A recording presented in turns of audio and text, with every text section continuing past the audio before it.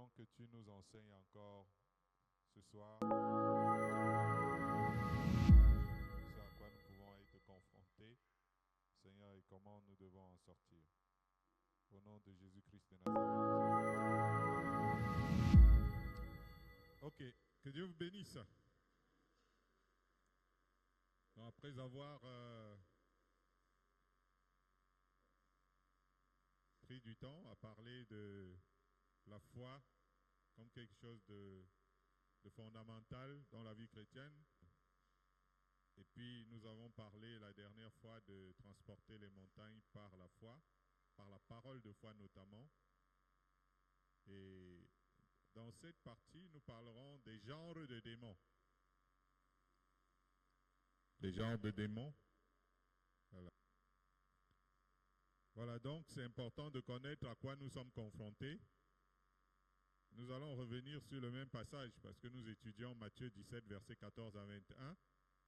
Aujourd'hui, nous allons lire le verset 19 et le verset 21 pour nous entretenir. Matthieu 17, versets 19 et 21, nous parlons avec le sous-thème les genres de démons. Matthieu chapitre 17, versets 19 et 21, nous lisons. Alors les disciples s'approchèrent de Jésus et lui dirent en particulier, « Pourquoi n'avons-nous pu chasser ce démon? Mais cette sorte de démon ne sort que par la prière et par le jeûne. » Amen.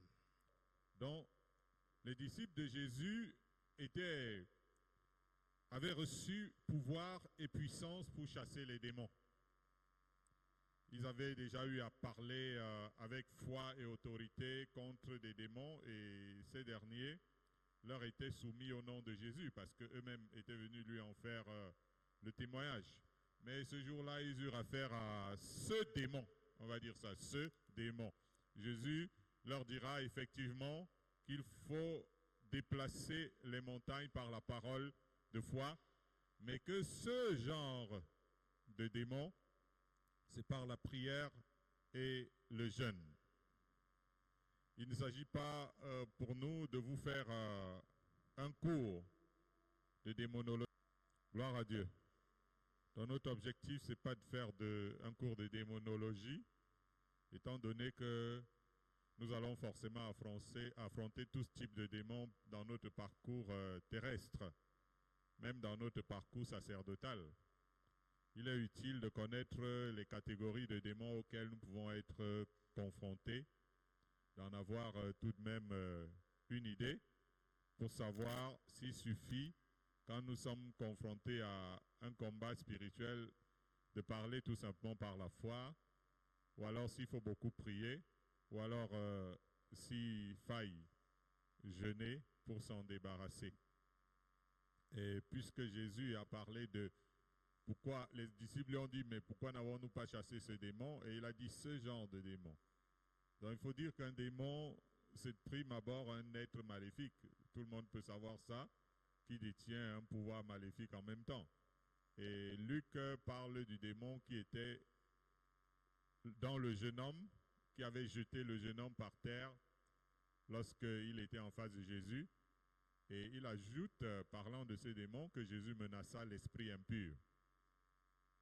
Ainsi, un démon est déjà un esprit, hein, et il est totalement impur, pour tout dire. C'est pourquoi dans le livre des Actes, il est écrit que les apôtres chassaient des démoniaques, toutes sortes d'esprits impurs. Dans Matthieu, il est évoqué un être que Jésus appelle le prince des démons, et son nom, on parle de lui dans Matthieu. Sous quel nom? On dirait que c'est moi celle qui lit la Bible. Belzébul, le prince des démons. Ce qui veut dire qu'ils ont une hiérarchie, comme dans une armée. Mais on note que les Juifs savaient qu'il existait des personnes qui chassaient les démons par le pouvoir du prince des démons. C'est pour cela que quand ils ont vu Jésus chassant les démons, ils l'ont confondu à une de ces personnes qui allait plutôt utiliser les pouvoirs occultes pour chasser les démons. Mais Jésus va préciser que lui, il le faisait par le doigt de Dieu, par le Saint-Esprit dont il était rempli. Les démons n'avaient jamais aimé la présence de Jésus. Lorsque nous lisons les Saintes Écritures, ils n'ont jamais aimé la présence du Fils de Dieu pendant tout son séjour terrestre. Pour eux, Jésus, qu'ils connaissaient assez bien, était le Saint de Dieu venu pour les perdre.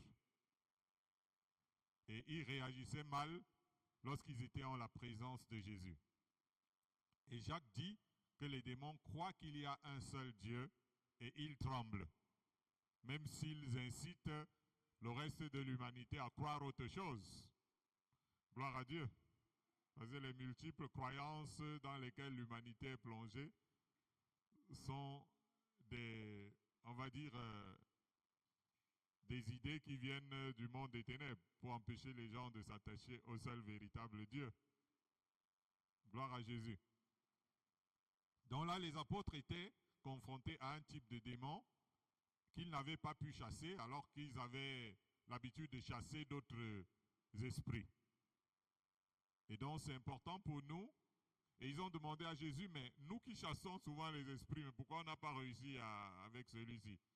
Il leur a dit parler de ce genre de démons pour dire qu'il y a plusieurs catégories de démons. Et nous, en tant que chrétiens, qui sommes souvent confrontés à des combats dans notre vie et qui sommes appelés à être souvent sous des menaces qui viennent de, c'est pas moi, du monde invisible, c'est important pour nous de savoir à quoi nous sommes confrontés. Nous allons donc lire des passages dans la Bible. Matthieu 12 plutôt, le verset 22. Alors, on lui amena un démoniaque aveugle et muet, et il le guérit, de sorte que le muet parlait et voyait. Amen. Voilà. Gloire à Dieu. Là, nous sommes confrontés à une situation. Jésus rencontre un démoniaque aveugle et muet. Lorsqu'il chasse l'esprit, le monsieur se met à entendre et à parler. Et quand on parle d'un démoniaque, c'est une personne possédée. C'est le terme qu'on a l'habitude d'utiliser, n'est-ce pas? Ça veut dire que la personne était habitée par deux démons, dont l'un des démons était aveugle et l'autre démon qui habitait en lui était muet. Ces démons s'étant incarnés et ayant pris le contrôle de la personne, elle ne pouvait plus parler ni voir, ni entendre, tant que ces esprits impurs demeuraient dans son corps. Cette personne n'était pas naturellement muette, elle n'était pas naturellement aveugle, vous comprenez? Mais un jour, elle s'est retrouvée possédée et ces démons qui l'habitaient l'ont rendue ainsi. Et vous naissez, vous parlez normalement, vous naissez, vous voyez normalement, et puis vous vous retrouvez avec des esprits qui en vous, et vous ne pouvez plus parler, vous ne pouvez plus voir. C'est pour dire que toutes les maladies ne sont pas naturelles. Voilà, la famille avait affaire à l'enfant qui est tombé aveugle du jour au lendemain, et on s'est dit, bon voilà, c'est arrivé, ça doit être héréditaire ou quelque chose comme ça. Pour dire qu'il y a des maladies d'origine diabolique. Parfois, on amenait à Jésus des malades souffrant des douleurs diverses. Et lui, il chassait les démons qui habitaient en eux et les malades étaient guéris une fois débarrassés des esprits impurs. Je ne sais pas si vous êtes en train de me suivre. Ainsi, les démons peuvent rendre les gens malades selon les catégories des esprits qui peuvent habiter en eux. Il y a des démons muets qu'on a vus dans la Bible. Il y a eu des démons aveugles que Jésus a rencontrés, des démons sourds, des démons même paralysés, etc. Gloire à Dieu. Je vous ai toujours raconté l'histoire du côté de Ndamassi où un enfant était né comme ça, paralysé. Et le Seigneur nous a fait comprendre que c'était mystique. Et puis nous avons prié pour lui. Il avait l'âge de 10 ans sans jamais marcher. Et nous sommes partis tout simplement. Nous sommes revenus à Yaoundé et le lendemain, la famille est venue nous dire qu'il a marché.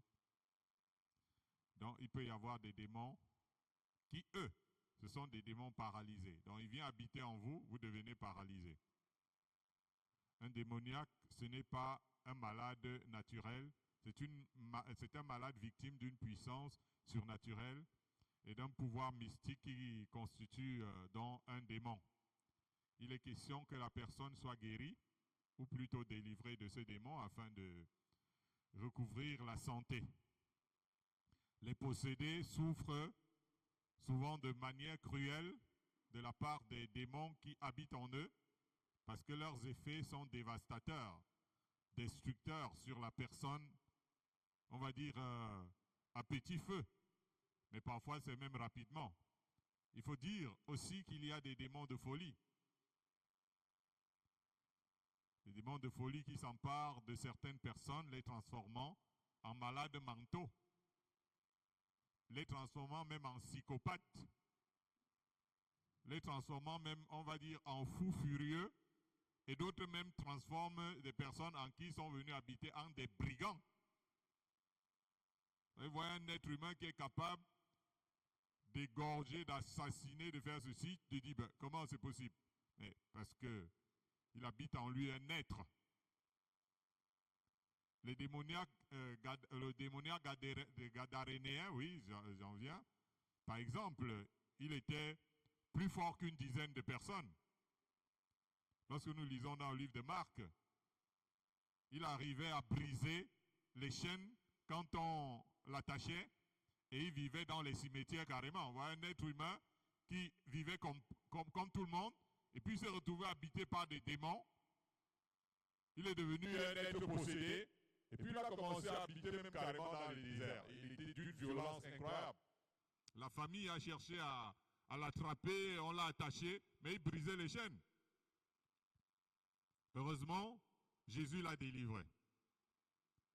D'ailleurs, on apprend dans ce témoignage que ce n'était pas un démon qui l'habitait, mais c'était, voilà, donc vous connaissez le passage, c'était toute une légion de démons qui habitaient, toute une armée de démons avec des fantassins et des cavaliers. Hein? Parce qu'une légion, il y a des fantassins, il y a des cavaliers.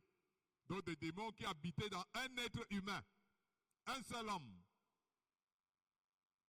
Nous bénissons Jésus parce qu'il est venu sur la terre. Parce qu'il a fallu que Jésus arrive là, il rencontre la personne, il l'a délivré. Et quand Jésus a délivré cette personne, elle est revenue dans son bon sens. Alors que pendant des années, cette personne, il habitait dans les cimetières, il menaçait tout le monde. On essayait de l'attraper pour le guérir, ça ne marchait pas du tout. Ça n'avait rien à voir avec la médecine normale. Il a fallu l'intervention du Seigneur pour délivrer, on va dire, ce fou. Et puis, après, il a retrouvé son bon sens. Donc, c'était possible. Il fallait chasser la légion de démons qui habitaient en elle. Est-ce qu'on est ensemble? Quand nous parlons de déplacer les montagnes par la foi, parfois il vaut mieux connaître un peu à quoi on peut être confronté. Lisons Apocalypse 18, versets 2 à 3. Apocalypse 18, 2 à 3. Apocalypse 18, versets 2 à 3. Il cria d'une voix forte, disant, « Elle est tombée, Babylone la grande. Elle est devenue une habitation de démons, un repère de tout esprit impur, un repère de tout oiseau impur et odieux, parce que toutes les nations ont bu du vin de la fureur de son impudicité, et que les rois de la terre se sont livrés avec elle à l'impudicité, et que les marchands de la terre se sont enrichis par la puissance de son luxe. » Amen. Amen. Elle est tombée, Babylone la grande, devenue une habitation des démons. Évidemment, il ne faut pas aller penser qu'il s'agit ici de la Babylonie antique, puisque la Babylonie antique était tombée sous les Perses et les Mèdes. Donc ça fait qu'il n'y a que des vestiges qu'on retrouve. Et pourtant, dans le livre d'Apocalypse, Jean a vu les anges parler d'une autre Babylone, très très grande sur la Terre, avec une influence sur toute la planète. Donc, il est en train de parler là d'un empire universel, d'une institution mondiale, abritant les démons et résidence des esprits impurs. Puis il dit Babylone la grande, une habitation de démons, un repère de tout esprit impur. Jean est en train de parler ici d'une communauté qui a un impact planétaire. Un démon, une passion malsaine dont on n'arrive pas, par la seule force de la volonté, à s'en défaire. Passion malsaine, vous voulez plus être dans cette affaire, mais vous êtes dedans. Et il y a une telle communauté sur la planète que Jean a vue, appelée Babylone la Grande, qui encourage et injecte ces démons d'impudicité sur l'humanité. Puisque, il va dire ici, il va parler de cela clairement. Ces démons d'impudicité sur l'humanité, en sorte que les adeptes, les initiés, voire les envoûtés même, commettent des actes contre nature et se livrent à des débauches et toutes sortes de dépravations. C'est ce que Jean a vu à travers ce qu'il appelle sur la terre Babylone la Grande. Et lorsque Jean parle de ce mouvement, il dit qu'ils sont extrêmement riches. Et beaucoup qui veulent réussir dans les affaires sur la terre, comme Jean le dit, ici, les marchands de la terre se sont enrichis par la puissance en luxe. Ça veut dire qu'ils lui prêtent allégeance. Mais c'est par les pouvoirs des démons qu'ils arrivent à s'imposer sur notre planète. C'est ça leur secret. Voilà ce que Jean dit ici. Et même, du temps où ils n'avaient pas créé une organisation terrestre puissante, ils ont toujours opéré dans la vie des êtres humains. Parce que leur travail consiste à pervertir le monde, corrompre l'humanité et même la dénaturer. Est-ce que vous savez que beaucoup de femmes qui accompagnaient Jésus, ces femmes qui soutenaient son ministère, en étaient d'anciennes victimes? Beaucoup de ces victimes que Jésus a délivrées.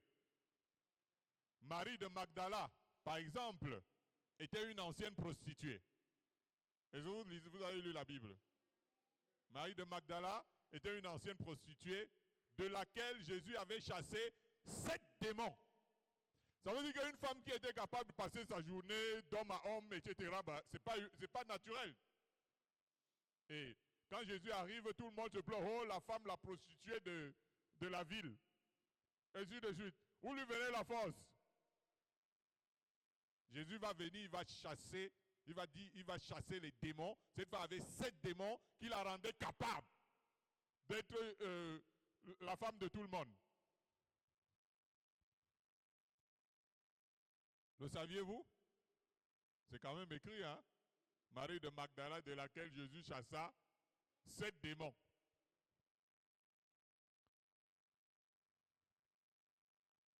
Gloire à Dieu. Vous croyez que ce n'est pas un esprit de rester la nuit, là, sous le froid et tout ça, là, sans dormir?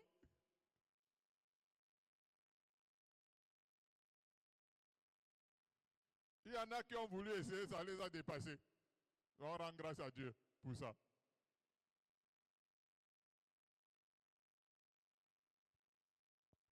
Luc parle de quelques femmes qui accompagnaient Jésus, qui avaient été délivrées des démons.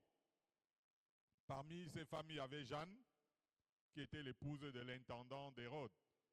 Ces femmes furent délivrées et quand elles devinrent des personnes normales dans la société, elles sont mises à soutenir le ministère de Jésus de leurs biens. C'est écrit, noir sur blanc. Nombreuses sont les personnes perverties sur notre planète, mais en réalité victimes de possession démoniaque. et sous contrôle d'esprits impurs. Et c'est dans l'air. Et maintenant, c'est organisé mondialement, même à travers des réseaux et des filiales abritant des puissances occultes et maléfiques, pour que l'être humain devienne un être malfaisant, impur, et commettant des choses horribles. Voilà aussi à quoi nous sommes forcément confrontés ici-bas. Donc quand nous sommes en train de prier pour les gens de nos familles, nous sommes en train de prier pour les gens de la société, pour plein de choses, n'allez pas croire que les gens, waouh, quelle société de débauche, de corruption, machin. C'est aussi piloté parfois. Ça nous permettra de prier d'une manière beaucoup plus précise et non simplement de s'en prendre aux gens qui eux-mêmes d'abord sont parfois des victimes qui ne peuvent pas s'en sortir par eux-mêmes. Donc lisons 1 Timothée 4, verset 1.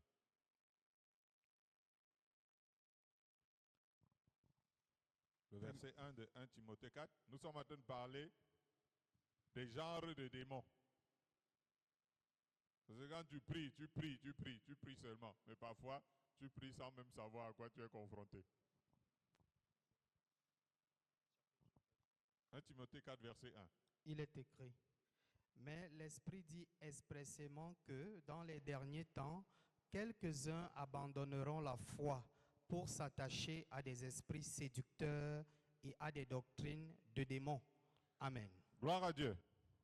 Vous voyez clairement que Paul a prédit les choses qui vont se passer à la fin des temps. Et il parle des multiples dogmes, doctrines qui vont pulluler dans la société et dans le monde qui seront d'origine démoniaque.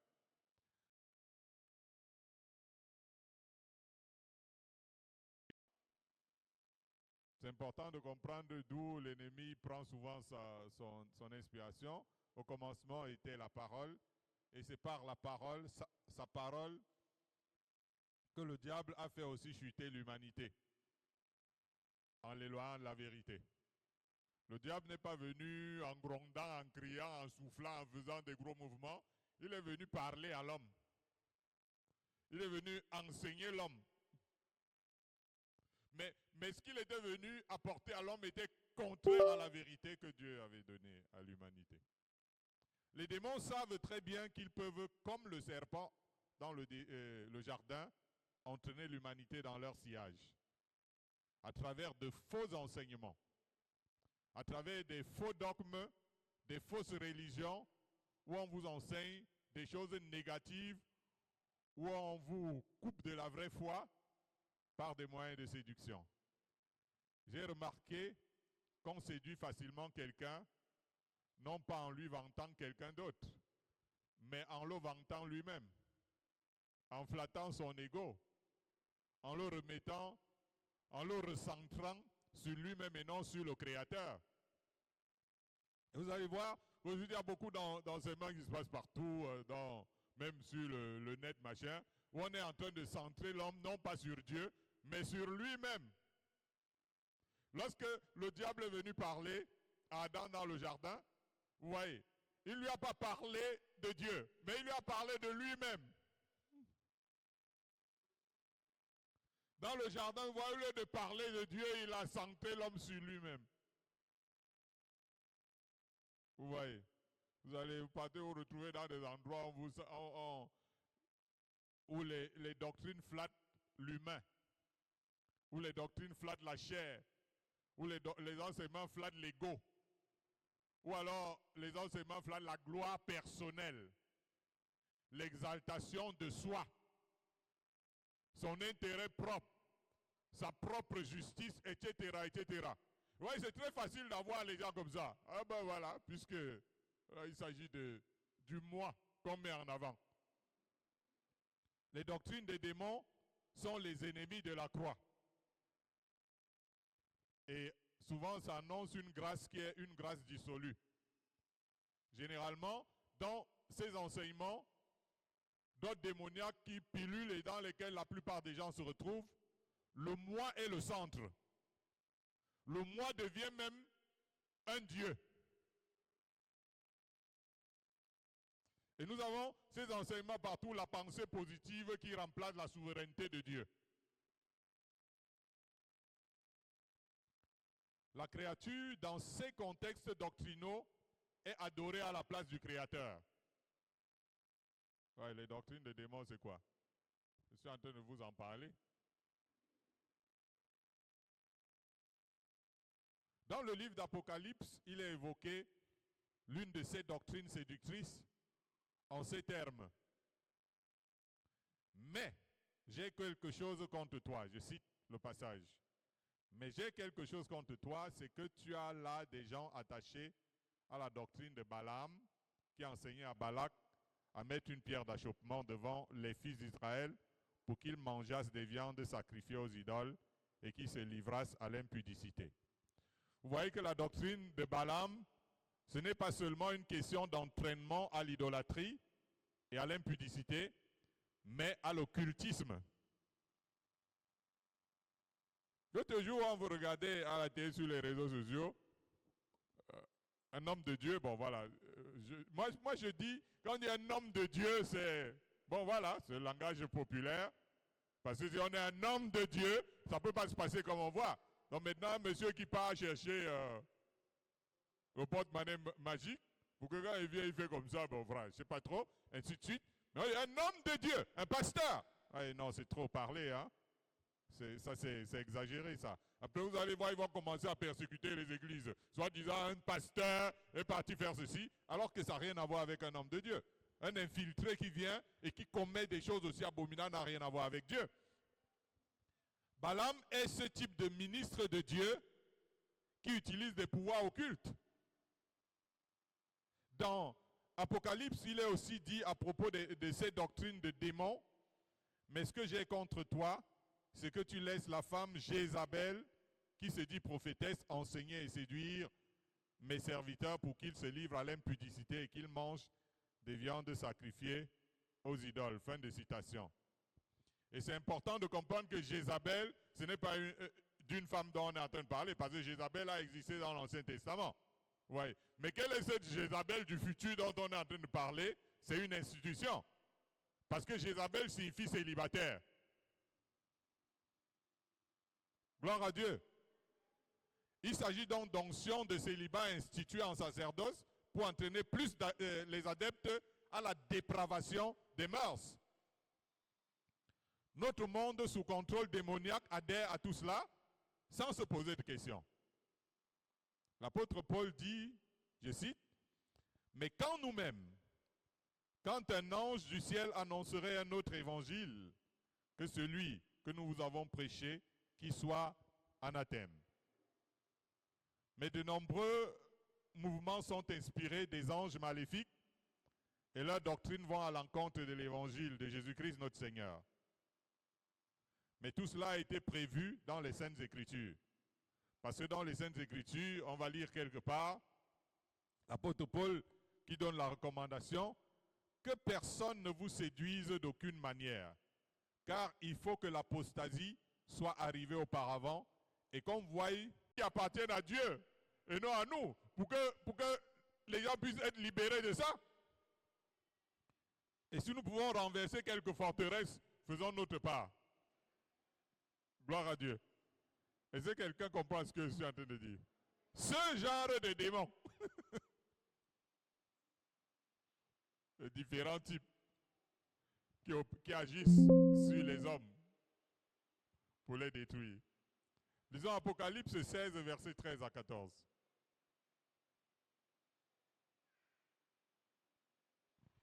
Apocalypse de Jean, chapitre 16, versets 13 à 14. Et je vis sortir de la bouche du dragon et de la bouche de la bête et de la bouche du faux prophète 3 esprits impurs, semblables à des grenouilles, car ce sont des esprits de démons qui font des prodiges et qui vont vers les rois de toute la terre afin de les rassembler pour le combat du grand jour du Dieu Tout-Puissant. Amen. Amen. Vous voyez pourquoi il faut quand même aller parler un peu du genre des démons. qui opère sur la terre. Parce que nous, souvent, on s'en prend à plein de monde sans connaître ce qui se passe derrière. Et il s'agit ici des esprits de démons qui vont vers les rois de la terre afin de les pousser à s'opposer à Dieu et à ses desseins. Lorsque l'apôtre Jean est en train de parler, il parle des démons qui vont vers les rois de la terre. Ça veut dire que tu étais tranquille, peut-être, tu n'étais pas déjà roi quelque part, tu es content. Après, dès que tu deviens roi, ils viennent vers toi. Parce qu'il faut que ce que tu es en train de faire ait un impact démoniaque sur les populations. C'est pourquoi vous pouvez voir dans des nations la persécution parfois ouverte des enfants de Dieu avec la complicité de ceux qui gouvernent. Les objectifs de ces démons, c'est de créer des systèmes de gouvernement anticléricaux. Ces démons sont directement, comme nous le voyons dans ce passage, les émissaires du serpent ancien appelé le diable et Satan. C'est bien écrit, je vis sortir de la bouche du dragon. Ça veut dire que cette catégorie-là opère au haut niveau. Est-ce que quelqu'un me suit là? Et ils opèrent au haut niveau. Ils sont présents lors des élections dans les nations pour placer des personnes précises qu'ils pourront utiliser pour impacter la foi et la religion pour le compte du malin. C'est pour ça que c'est important de prier pour son pays. C'est pour ça que c'est important de prier pour les membres du gouvernement. C'est pour ça que c'est important de prier pour les politiques. Parce qu'eux-mêmes, parfois, ils ne savent même pas à quoi ils sont confrontés. Et ces démons sont présents au haut niveau pour influencer les décisions qui doivent en sortir contre les enfants de Dieu. Ils sont puissants dans leurs œuvres. Parce qu'ils arrivent à faire plein de choses. Hein? Nous envoyons les résultats dans les nations. Il y a des pays dans le monde où le christianisme est interdit.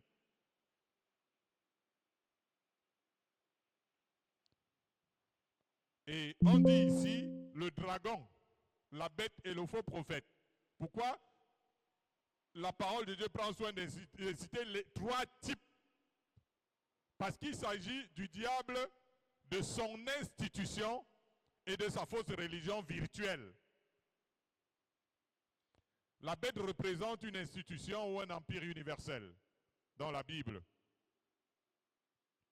C'est pour ça que lorsque Jean voit les empires dans sa vision, c'était Daniel, il voit la première bête, c'était un lion, la deuxième, c'était un ours, après l'autre, c'était un léopard, et puis l'autre, c'était une bête féroce qui était terrible, etc. Il est en train de parler de la succession des empires.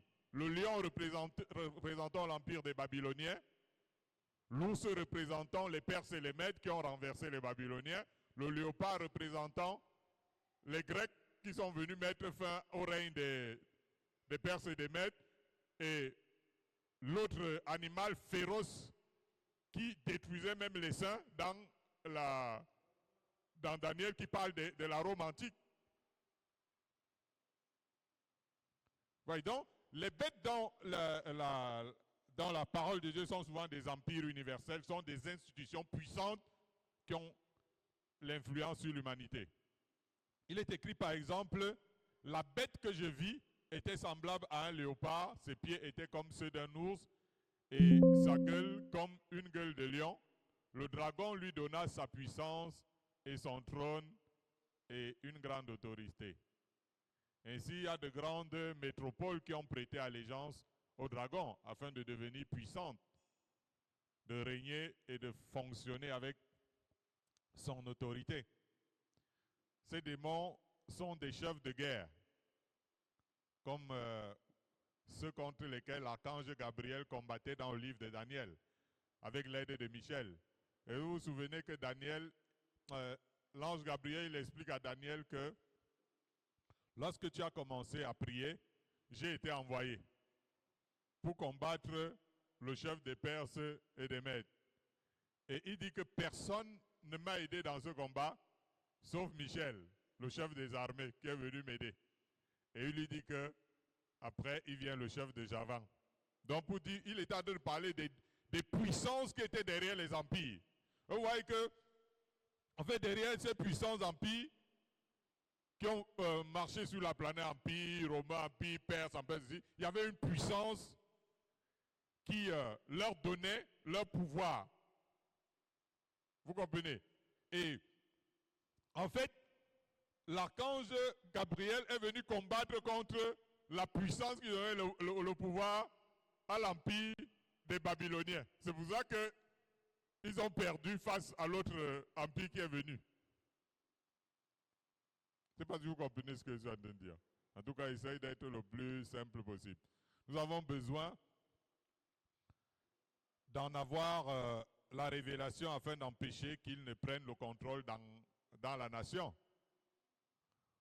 Parce que si nous résidons dans une nation, sachant qu'il y a des puissances qui essayent souvent d'avoir l'autorité sur ceux qui gouvernent pour qu'à travers cette influence, ça impacte la population, l'Église derrière est en train de prier. Sinon, les enfants de Dieu, ils prient seulement. Bon voilà, alléluia, Seigneur, nous prions pour que etc. Sans même savoir véritablement la quintessence du combat et d'où viennent les batailles. Alléluia. Est-ce que vous réalisez qu'à l'institution religieuse qui prédominait sur l'âge de Thyatire, au début des versets de l'Apocalypse, celui qui succède à l'âge des martyrs, Dieu dit, pourtant c'était une institution religieuse, il dit, je sais où tu demeures, je sais que là est le trône de Satan. Je sais que tu retiens mon nom et tu n'as pas renié ma foi, mais là est le trône de Satan. Alors, comment on peut dire ça à une institution qui est censée être religieuse, gérer le monde? Ça veut dire que l'ennemi est capable de comment je veux dire, de s'infiltrer dans des endroits insoupçonnables.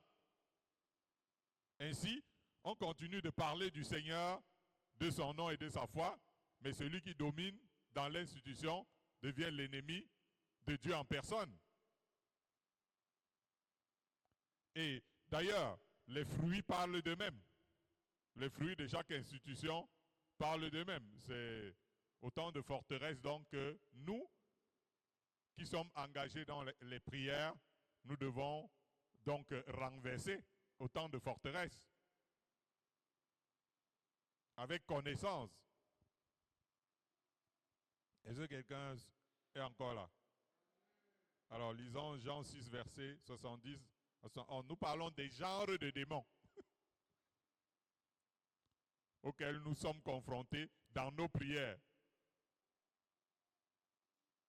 Jean 6, 70 à 71. Jésus leur répondit, « N'est-ce pas moi qui vous ai choisi, vous les 12, et l'un de vous est un démon ?» Il parlait de Judas Iscariote, fils de Simon, car c'était lui qui devait le livrer, lui, l'un des 12. Amen. Gloire à Dieu. Alors, on se dit, Jésus marche avec 12 gars, et puis un jour il leur dit, l'un de vous est un démon. Ici, là, comme on dit souvent, c'est un peu ce que les apôtres auraient pensé ce jour-là, à propos des genres de démons. Là, c'est les Terminators. Les films, ils nous enseignent beaucoup. Un être qui vient d'une autre planète, après il vient là-bas, bon, sauf que bon, à la place de l'esprit, on met qu'il a un corps en fer. Voilà, donc c'est ça. Donc, parmi les 12 apôtres, il y avait carrément l'un des 12 qui était un démon. C'est écrit dans toutes les Bibles du monde entier. Judas Iscariote. Ce démon était humain. Il avait un nom et il était infiltré parmi les 12 apôtres. Et nous remarquerons qu'il était en mission. Livrer Jésus par la trahison. Vous pensez qu'un être normal pouvait accomplir une mission pareille? livrer le Fils de Dieu, le Sauveur du monde et tout ce que vous pouvez imaginer. Mais la mission était octroyée à un des 12 qui était un démon. Il y a donc des démons humains. Il ne s'agit pas ici de personnes possédées par un démon. Il ne s'agit pas de personnes possédées par des démons. C'est bien différent. Nous verrons même d'ailleurs que c'est plus tard que Satan entra en Judas, non? Et vous savez comment Jésus l'appelle Judas? Le fils de perdition. Lorsqu'il prie le Père dans le livre dans Jean 17, il dit, je n'ai perdu aucun de ce que tu m'as donné, sauf le fils de perdition. Parce que lui, il était un fils de... Lorsque le temps arrive, celui qui l'a envoyé entre en lui pour finaliser le travail qu'il était venu faire.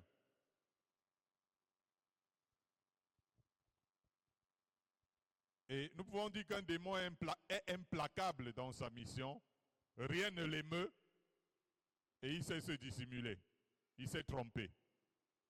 Judas jouait le jeu au point d'aller aussi chasser les démons avec son compagnon de route au nom de Jésus. Puisque Jésus les envoyait 2 à 2. C'est vrai que Judas volait l'argent du ministère en cachette, comme Jean l'avait constaté. Mais en dehors de ça, il était quasiment irréprochable dans son comportement. Et c'est important de savoir que son père, c'était Simon. Le nom de son père. Et rien ne dit que son papa était un démon en chair, qui a accouché un démon en chair. Non, non, non, il ne s'agit pas de ça. Comment se fait-il qu'un être humain normal accouche un démon en chair? Ça, c'est le grand mystère important que nous devons connaître. Et je vais vous dire l'un des éléments, des dépôts, les couches de nuit.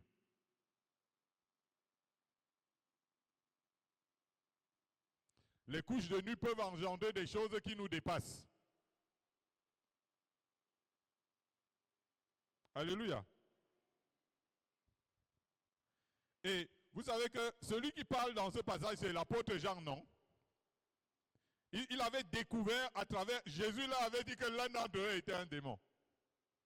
Et Jean, qui a reçu l'Apocalypse, et qui est donc une personne, on va dire, très plongée dans la révélation de la parole de Dieu, va écrire dans son épître, parlant de Caïn et Abel. Il va dire que Caïn était du malin. C'est écrit noir sur blanc. Caïn était du malin. Voyez-vous, il y a eu une infiltration dans le couple adamique.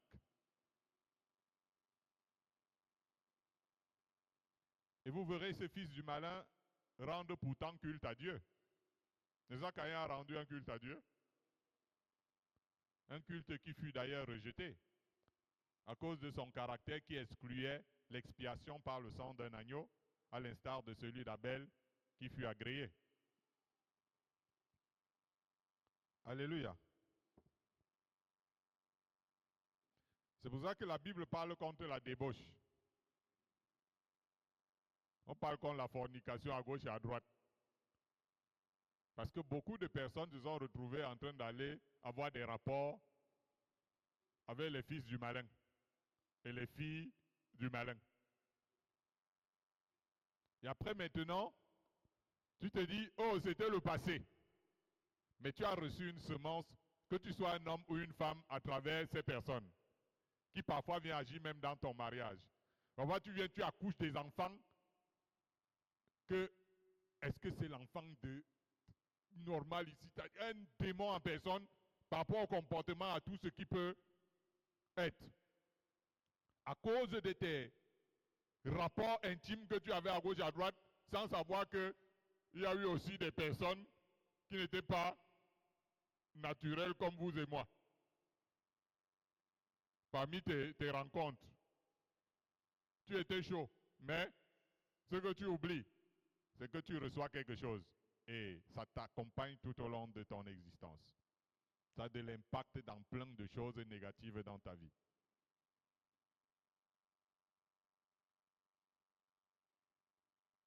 Alléluia.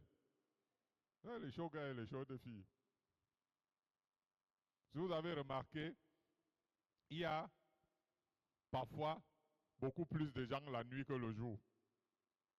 Il y a des quartiers où tu arrives, je prends un exemple. Tu passes tranquillement ta route pour aller de l'Omnisport en Vorada, en pleine journée. Ça semble pas trop occupé. Tu repasses dans le même endroit à minuit, vers 1h du matin, en train de rentrer quelque part. Tu es en train de chercher même le passage, c'est-à-dire que c'est les hommes, c'est les êtres humains qui sont remplis en route. Et chaque jour, si vous voulez vous essayer, mais si un démon pas vous attraper là-bas, voilà, donc c'est pour dire, comment se fait-il que, boum, une population incompréhensible en pleine nuit. Et pendant ce temps, il y en a qui font des petites parties, des petites aventures avec tout ce monde-là. Je suis une chaude fille, je suis une chaude gars. C'est bien pour vous, non? Ok, d'accord. Et après, tu as vu comment à tourner, tu pries aucun résultat, rien, la marche, machin. Mais ça, tu étais un chaud gars à gauche, cavaleur ou cavaleuse, non? Tu sais que c'était avec qui? Ça fait donc que parfois quelqu'un vient donc et tu te maries même. Et les dépôts là, parfois vous avez des enfants, tu ne comprends même pas d'où viennent ces gens d'enfants. Ça n'a aucune ressemblance avec vous.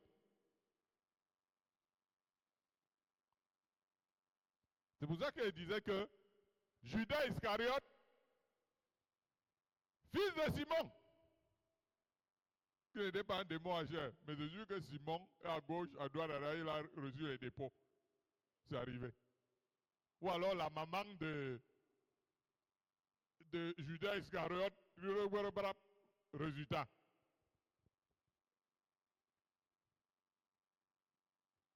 Un peu comme les doctrines des démons, où on met en avant les mérites du moi. Vous voyez, le culte de Caïn. Oh, mais comment se dit que deux enfants viennent, ils présentent un culte, Dieu dit, il accepte pour l'autre, il refuse pour l'autre. Alors que chacun fait les efforts.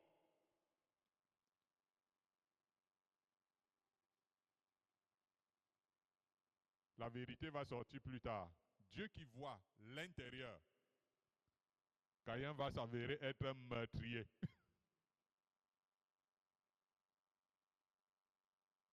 Caïn va s'avérer être un ennemi d'un croyant, des croyants. D'Abel qui va éteindre, comme Judas, son frère plus tard, est venu pour éteindre le Christ. Et nous pouvons dire qu'ils sont implacables dans leur détermination criminelle, mais avec toute la sournoiserie que vous pouvez imaginer. L'apôtre Paul en a rencontré sur le chemin de son ministère.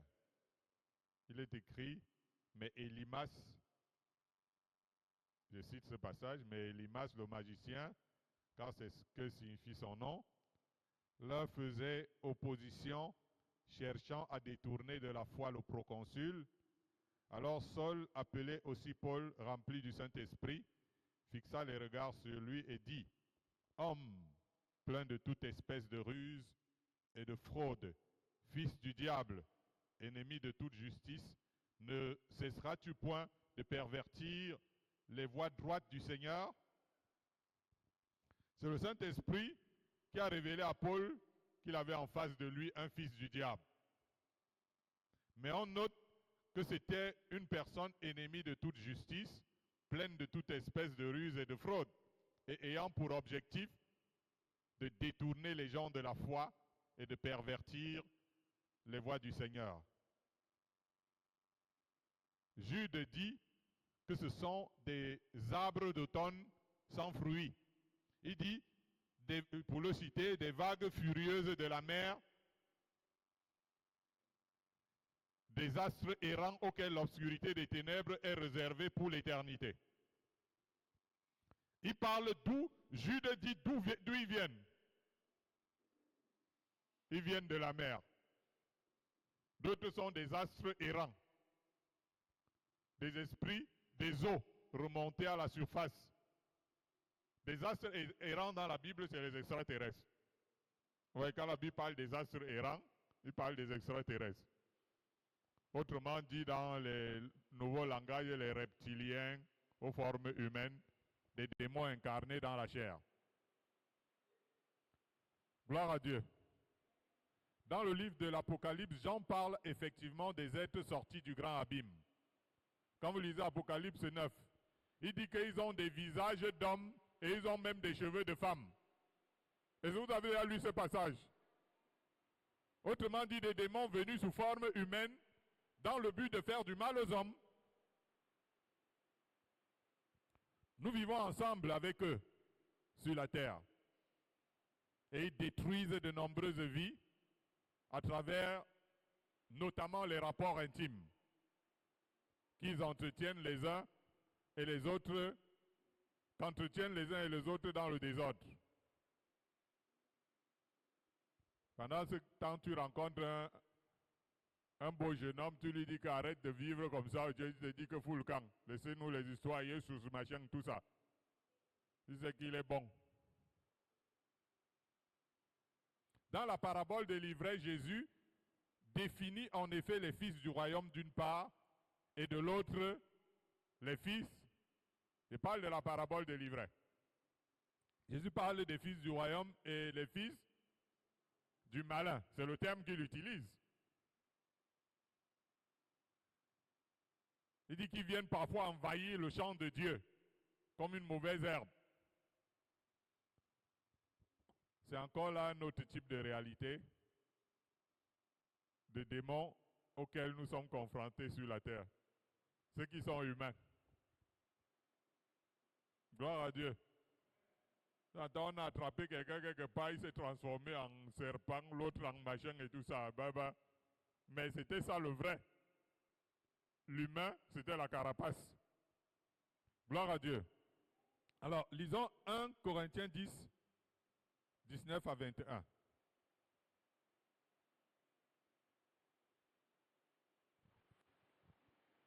« 1 Corinthiens 10. Ça, c'est notre dernier passage que nous lisons.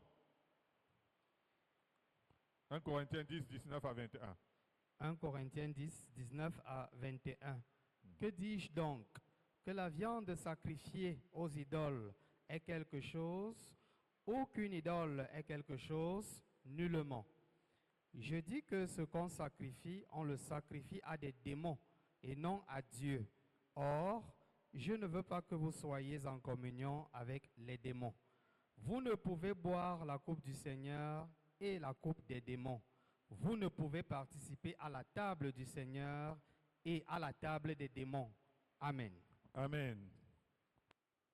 Vous pouvez ici comprendre pourquoi Dieu interdit dans les 10 commandements de se faire des idoles. Dans les 10 commandements, Dieu interdit de se faire des images taillées. Il interdit de se faire des représentations des choses sacrées. Pourquoi? L'apôtre Paul nous le dit ici, parce qu'elles abritent des démons. Alléluia. C'est pour dire que les idoles, comme Dieu les a interdits, abritent des esprits. Et ils amènent l'humanité à venir se procéder devant une statue en disant ça c'est Dieu, le Fils de Dieu, ou je ne sais pas quoi là. Et une de nos sœurs fait son témoignage d'enfance. Leurs parents, qui étaient des fervents religieux, avaient un sanctuaire à la maison. Une grande pièce qu'ils avaient étalée comme un sanctuaire. Et dans ce sanctuaire, il y avait les statues de tous les différents saints de Jésus, Marie, tout ce que vous pouvez imaginer. Et donc, c'est là qu'il fallait, ils disaient aux enfants, aller prier là-bas. Et eux, donc, maintenant, ils ouvraient la porte, ils se rassemblaient là-bas pour prier. Et quand ils priaient devant ces différents statues, archanges de ceci, machin et tout ça, dès qu'ils commencent, les blancs sortent des statues. Hommes et femmes, ça dépendait de si la statue était femme ou homme. Donc maintenant, les enfants voulaient quoi? Ils disent, nous voulons ceci, nous voulons cela, bien sûr. Ils expriment leurs vœux. Et puis, Quand ils ont fini, ces individus rentrent à nouveau dans ces statuts et les enfants partent. Et ils sont bien sûr très contents. Oh, nous avions prié l'autre jour et celle d'Antoine Padou est sorti, ce Maka, Michel nous ont parlé, etc. Et ils en parlaient tout le temps. Et puis, un jour, un frère, un chrétien qui lisait la Bible est passé par là. Il dit, vous parlez de quoi, les enfants? Ils disent, non, nous on est en train de dire, là, la chambre qu'on a montrée là, le lieu là, quand on passe souvent là-bas, il y a les blancs là, ils sortent Marie, Joseph, Jésus, et tout ça, ils nous disent, les enfants, vous voulez quoi, etc. Et nous leur disons ce que nous voulons. Et ils nous écoutent, et puis ils repartent. Ils disent, non, il a dit que zéro. La Bible dit que dans les statuts, c'est les esprits qui habitent. Ils peuvent prendre n'importe quelle forme. Les enfants ont dit que jamais de la vie. Parce qu'ils sont gentils. Ils sont très gentils et tout ça. Et alors, comment persuader ces enfants? Il a dit, ok, est-ce que Jésus peut fuir Jésus? Ils ont dit, non, non, non, Jésus, mais comment? Quand donc vous allez partir là-bas, quand Jésus va sortir de Marie, tous les gens qui sortent souvent là, rassemblez-vous et commencez à dire, au nom de Jésus, nous vous chassons, etc., etc. C'est tout ce qu'on vous demande. Hein? Est-ce que Jésus peut fuir Jésus? Non, non, non. Voilà. Allez donc et faites comme ça. Les enfants sont allés une fois encore, ils se sont retrouvés dans la pièce. Après avoir invoqué toutes ces personnes qui étaient dans les statues, par contre, on leur disait la statue s'il représente tel, ils sont sortis. Et ils se sont regardés que, est-ce que ça nous coûte quelque chose de faire quand même ce qu'on nous a dit là? Il dit que non, essayons, allons-y. Au nom de Jésus, ils ont démarré. Jésus a été le premier à fuir. Puis Marie, Joseph et tout le monde. Ils ont tous fui. Et qui est?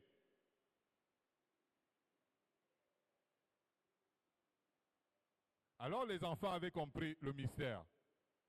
L'apôtre Paul est en train de dire que les statues, les représentations du ciel, des esprits habitent derrière. Et ça n'a rien à voir avec l'Esprit de Dieu. Et l'apôtre Paul va donc dire que lorsque les gens font le culte en présence des idoles, des tas de trucs, ils le font en communion avec des démons. C'est pour ça que tu peux avoir quelqu'un, tu finis de faire, tu finis de faire toutes ces prières, après c'est toi qui pars toujours chez le marabout. C'est toi toujours qui sors avec 50 femmes. C'est toi toujours qui fais. Parce que ces démons-là, ils s'emparent des vies.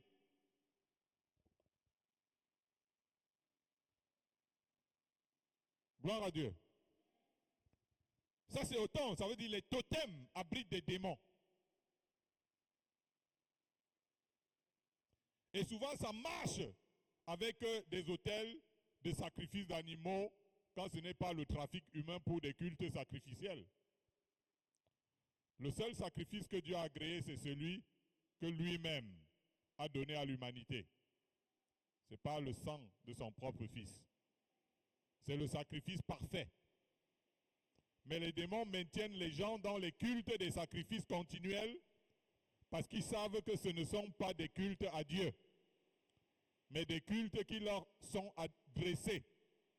Parce qu'ils ont fait des totems, des idoles, des images sacrées, leurs habitations. Celui donc qui se prosterne devant un totem, une image, une statue, une idole quelconque, leur rend culte. Il rend culte aux démons. C'est ce que l'apôtre Paul est en train de dire ici. Et dès qu'on parle d'un sacrifice quelconque dit religieux, traditionnel ou pour les fétiches, c'est un sacrifice fait à des démons. Tout l'acharnement que vous voyez l'humanité à faire des sacrifices est inspiré des démons que ces sacrifices alimentent. Que ce soit dans les villages, dans des ceci à gauche et à droite. Ça leur permet de communier, ça leur permet de communiquer avec les êtres humains, ça leur permet de contrôler leurs adeptes ou ceux qui participent volontairement ou non à ces choses. On voit dans l'Apocalypse que l'une des raisons, qui, qui entraîne les fléaux sur la terre, selon que Dieu permet, c'est le fait que les hommes s'attachent au culte satanique. Le but, en fait, que Dieu permet qu'ils soient touchés par ces fléaux, c'est qu'ils puissent s'en détourner. Et la Bible nous dit dans le livre d'Apocalypse, les autres hommes qui ne furent pas tués par ces fléaux ne se repentirent pas des œuvres de leurs mains, de manière à ne point adorer les démons et les idoles d'or, d'argent, d'airain, de pierre et de bois, qui ne peuvent ni voir, ni entendre, ni marcher. Et ils ne se repentirent pas de leurs meurtres, ni de leurs enchantements, ni de leurs impudicités, ni de leurs vols. Il faut dire que ces fléaux font plus de mal à l'humanité qu'aux démons qu'ils adorent. Ceux qui choisissent d'adorer les esprits, les ancêtres, les machins, c'est les démons. Les êtres humains normaux meurent et ils disparaissent pour toujours. Mais les démons peuvent revenir, revenir et revenir. Ainsi, beaucoup d'hommes adorent les Mami Wata, les génies de la forêt, les cultes des morts, les idoles de tout genre. Ces adeptes sont très souvent dans leurs allégeances poussées à commettre des meurtres, à se livrer à l'occultisme, à vivre dans la débauche et les pillages de tout genre.